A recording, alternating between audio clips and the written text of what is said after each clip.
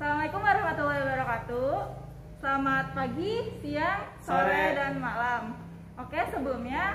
Sebelum kita mulai video ini, izinkan kami untuk membuka masker dan kita juga tetap menaati protokol kesehatan yang ada dengan menjaga jarak. Di sini kami izin memperkenalkan diri. Nama saya Hisam Andrian dari angkatan 2017, mahasiswa Fakultas Peternakan. Ya, nama saya Jeng Sanggita Ningrum dari mahasiswa Fapet angkatan 2017 juga. Ya. Di sini kami akan menjelaskan bagaimana cara membuat silase. Ya, langsung saja ya. Untuk tahap pertama kita siapkan alat dan bahan terlebih dahulu. Yang pertama ada plastik laundry, terus yang kedua ada rerumputan yang harus kita siapkan juga. Ada rumput gajah, bisa rumput odot juga, bisa daun lamtoro maupun daun singkong. Selanjutnya ada pot untuk menyiram ya, bisa semprotan burung juga. Selanjutnya ada ember yang di dalam itu sudah berisi air untuk mencampur molasses yang akan dicampur di dalam hijauannya.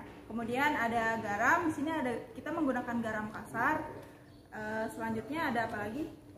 Selanjutnya ada golok ataupun bedog ya kalau bahasa Sunda. Oke, selanjutnya kita masuk ke tahap proses pembuatan. Di sini saya jelaskan terlebih dahulu ya. Jadi silase ini merupakan teknologi pengolahan pakan yang bertujuan untuk meningkatkan kualitas pakan. Biasanya silase ini digunakan pada saat musim kemarau, di mana hijauan itu sangat terbatas. Oke, sekarang kita langsung aja ya. Yang pertama kita siapkan hijauannya terlebih dahulu. Nah, kalau bisa hijauan yang digunakan itu sudah dikeringkan terlebih dahulu agar kadar airnya sudah turun. Oke. Yang kedua, kita masuk ke dalam proses pencacahan. Di sini hijauan yang digunakan dicacah sekitar 2-5 cm.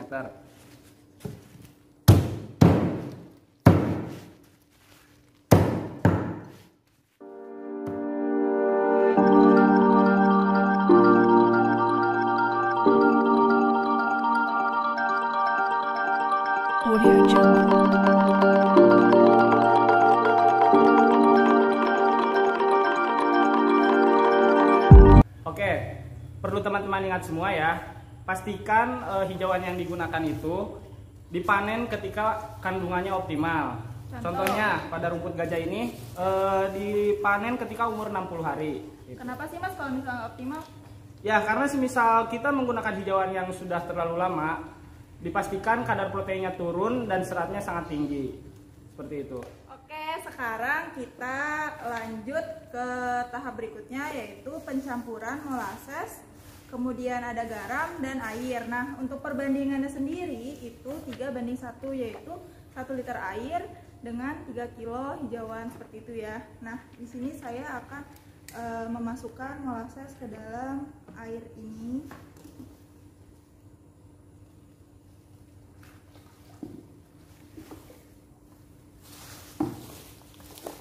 Kemudian garam secukupnya.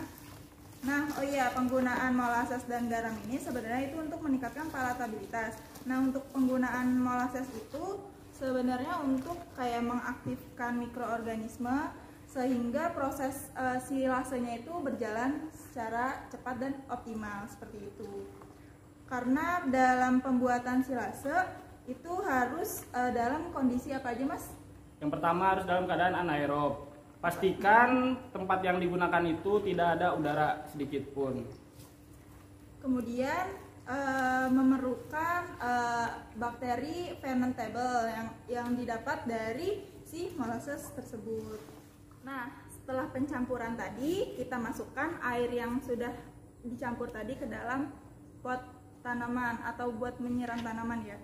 Kemudian langkah selanjutnya yaitu hijauan yang sudah dicacah tadi kita lebarkan terlebih dahulu agar larutan molasses tadi tercampur rata dengan hijauannya.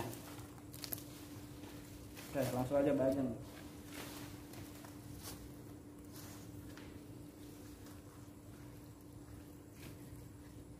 Sambil diaduk mungkin ya, biar makin merata.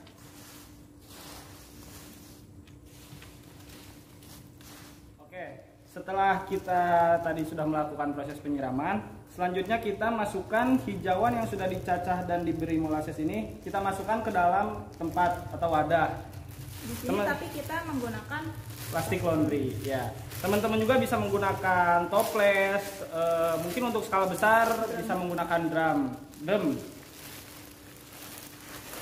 atau menggunakan silo. Ya, kalau itu untuk skala industri, kalau silo. Ini harus padat ya teman-teman. Jangan sampai kayak ada sela kayak gini. Ini di bawah gitu.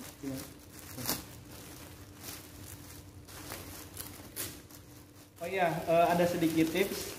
Mungkin jika teman-teman mempraktekannya di rumah dan menggunakan plastik laundry, untuk ujung bagian plastik mungkin bisa ditilep terlebih dahulu ya. Nah, iya dilipat, tilep bahasa Sunda. Nah, ujung plastiknya itu dilipat terlebih dahulu agar tidak ada udara sedikit pun, supaya proses anaerobnya itu, proses ensilasenya itu benar-benar sempurna. Nah, seperti inilah contohnya. Ya. Kemudian kita double si plastik laundrynya. Kenapa? Karena hijauan ini bisa dibilang tajam ya, jadi takutnya nanti prosesnya itu tidak berjalan sempurna karena plastiknya itu bolong seperti itu. Yuk.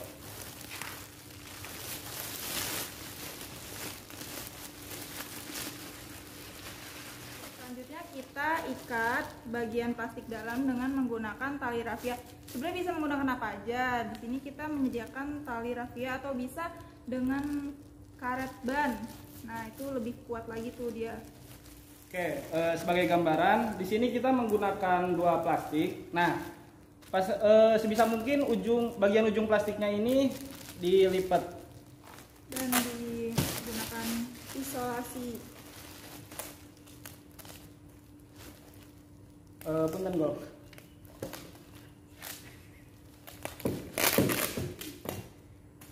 Nah, begitupun yang satu lagi, sisi yang lain.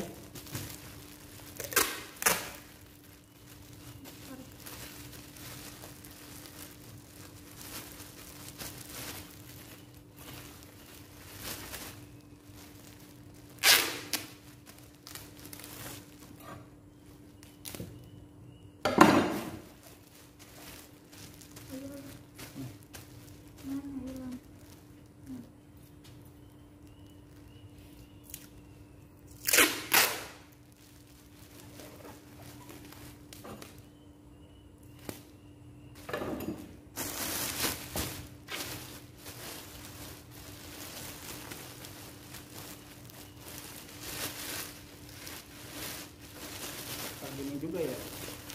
Iya, walaupun cuma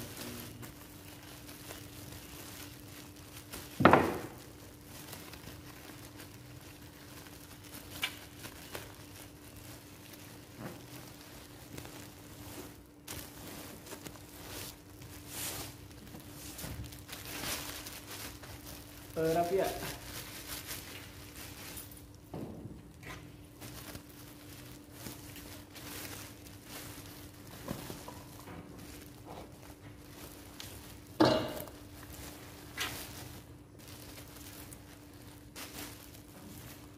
Nanti mau dilakbanin semua.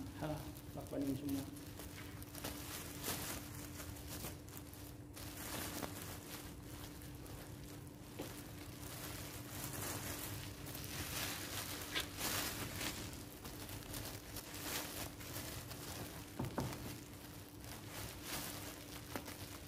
Oke, setelah semuanya sudah diikat, sekarang kita selatip semuanya agar dapat dipastikan tidak ada udara yang keluar dari dalam.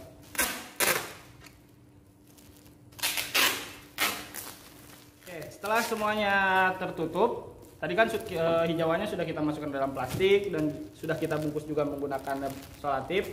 Kita tunggu sampai 21 hari. Setelah tadi proses pembuatan, biasanya ciri-ciri silase yang baik itu berwarna hijau kecoklatan. Terus teksturnya itu remah, jadi tuh dia nggak ada kayak lendir-lendirnya itu. Kalau ada lendir-lendir itu sudah dipastikan gagal.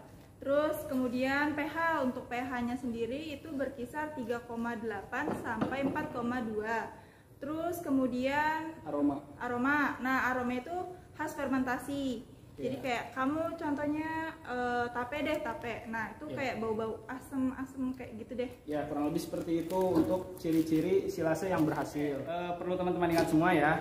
Selama masa penyimpanan, silase hijauan yang sudah dibungkus ini sebisa mungkin disimpan dalam kondisi tidak terkena langsung sinar matahari.